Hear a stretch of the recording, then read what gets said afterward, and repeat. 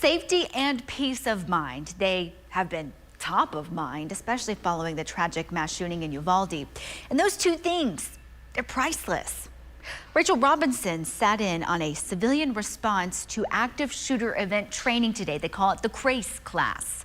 This is where people learn from experts on what to do if they are ever faced with the unthinkable.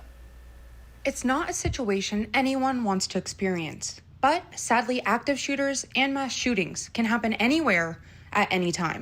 The shooting in the Uvalde school was close to my heart. I have family in the Uvalde area. Just being so close to home, I said it's time for us to be more informed, be more involved, and that's really what made this happen. Which is why people gathered for a civilian response to active shooter class today to be more informed.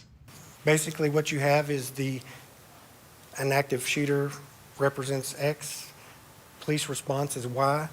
What we try to do is train people what to do and how to react during the time that the shooting actually starts and the time that law enforcement actually arrives. In the class, they went over very important things to keep in mind if you are ever in an active shooter situation. And I hope that people will be able to come into a building, assess every building or room that they ever enter into, and be able to come up with a plan just in case the inevitable happens, because nobody's exempt from being involved in a disaster. Always make sure you know where the exits are in any building you're in. But this really elevated my awareness, and so now I have more that I need to be prepared for, and that makes me feel less victimized and more as an advocate for helping not only myself, my family, but others if needed. After the class, there was also a Stop the Bleed course, which taught those in attendance how to use a tourniquet and gauze to stop bleeding. If an incident was to occur, then it's usually your bystanders, it's our community,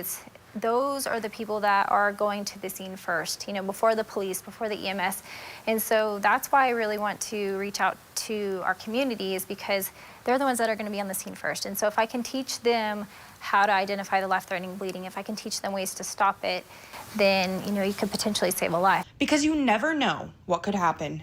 We're in a broken world, so there really should be no surprises. Rachel Robinson, News West 9.